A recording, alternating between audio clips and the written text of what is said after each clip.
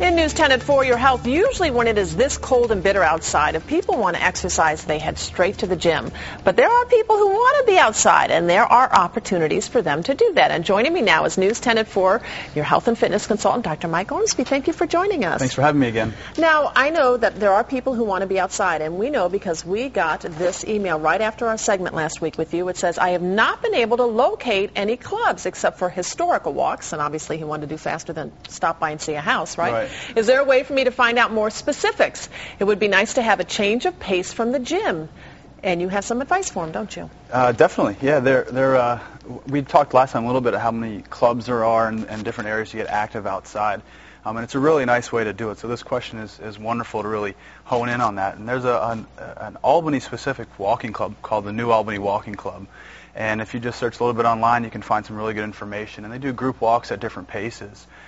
But outside of that, there are other areas where people can go to get outside and to do some of these things, because this time of year, we're gym bound, we're treadmill rats. You know, yes. It's hard to really get out of that when it's so cold out. But as someone once told me, it's not bad weather, it's bad clothing. And so if we take some proactive steps with our clothing, we're more likely to get outside. So if you get the right dress and you find the right park, so you hook into this group, and we did put the website up there for you, folks who want to check out the walking club. All these, the walking club, there are ski clubs. There are many ski clubs around, and when it gets warmer, there are other things like triathlon clubs. But even in the winter, there's running clubs, snowshoe clubs, which may be difficult with not much snow right now. But yeah, but up in the Adirondacks, certainly. Yeah. So I think taking advantage of that is a really good opportunity to get physically fit and get outside and take advantage of our natural surroundings here, which are just beautiful and can offer some varied terrain, which automatically make it difficult. Yes, and okay, then you're out there and you're cold and you come back in and you're sore and you have a lot of muscle soreness. So I guess our next question, I'm sure viewers are wondering,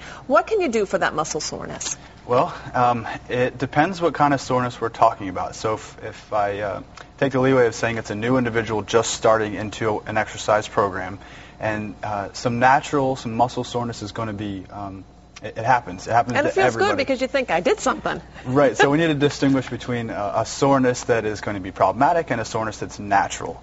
If we're talking about a natural sore muscle, something that doesn't feel like it's ripping or anything like that, then you can do things like build in a rest day, because that's a very good way to do it. And in fact, I recommend that to every one of my clients too.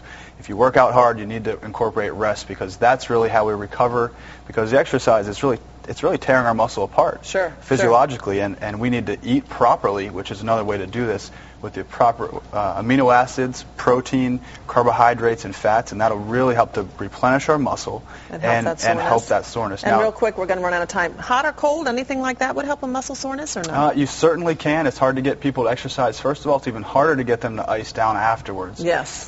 So most people will turn to like ibuprofen or Advil or one of these other medications, but that can actually interfere with some protein synthesis or building of muscle. So you have to watch your goals and really speak to a professional to find out exactly what works for your lifestyle. All right. Thank you so much for joining us. Thank you. All right. And you can always ask Dr. Ormsby or any of our experts anything. Just drop us an email, news10at4, WTEN.com. He'll be happy to answer your questions.